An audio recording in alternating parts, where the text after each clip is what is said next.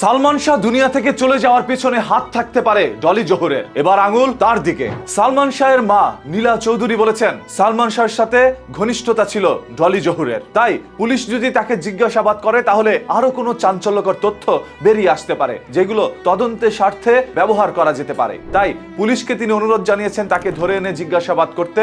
যদি তাকেও সন্দেহ হয় তাহলে তার বিরুদ্ধেও মামলা দেওয়ার জন্য প্রস্তুত আছেন নীলা চৌধুরী। অন্যদিকে আরো অনেকের দিকেই তিনি আঙুল দিয়েছে।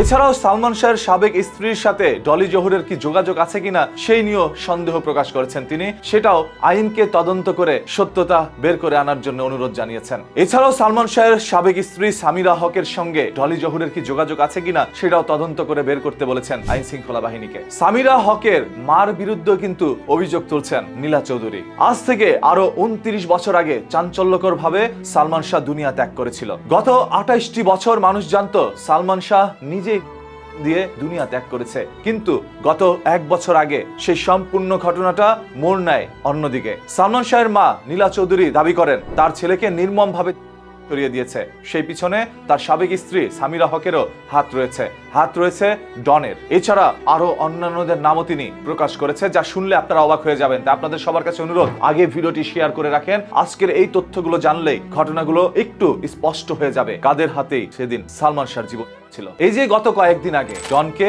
ঢাকা আন্তর্জাতিক শাহজালাল বিমানবন্দর থেকে গ্রেপ্তার করা হয়। ডনকে গ্রেপ্তার করতে নাকি সহায়তা করেছিল ভিলেন দীপজল। সেই দীপজলের সহায়তার কারণে ডনকে এত দ্রুত ধরতে সক্ষম হয়েছিল আইন শৃঙ্খলা বাহিনী। সেই জন্য দীপজলকে ধন্যবাদও জানিয়েছেন নীলা চৌধুরী। মানে পুরো একটি চক্র চলছে এই পুরো ঘটনাটিকে নিয়ে। আমরাও সত্য জানতে চাই, কারা কারা জড়িত রয়েছে, সন্দেহের তালিকায় কাদের নাম রয়েছে। আসুন সেগুলো একটু জেনে নেই। অভিনেতা ডন হক সহ মোট 11 জনকে আসামি করা হয়। অন্য আসামিদের মধ্যে রয়েছে সামিরার মা লতিফা হক লুসি, ব্যবসায়ী আজিজ মোহাম্মদ ভাই, ডেভিড জাবেদ, ফারুক, রুবি, আব্দুল সাত্তার, সাজু ও রেজবি আহমেদ ওরফে ফরহাদ। এই 11 জনের বিরুদ্ধে ইতিমধ্যে মামলা করা হয়েছে। তবে সন্দেহের তালিকায় আরো ডজন খানেক মানুষ রয়েছে, যাদের নামগুলো প্রকাশ্যে আসলেই আপনাদের চোখ কপালে উঠে যেতে পারে। তাদের মধ্যেই একজন হচ্ছে ডলি জোহর, যার নামটা প্রকাশের পর থেকে, সন্দেহের তালিকায় তার নাম আসার পর থেকে বাংলাদেশের অসংখ্য অভিনেত্রী অভিনেতারা মন্তব্য করা শুরু করেছে যার তার দিকেই আঙুল দেওয়া ঠিক নয়, কারণ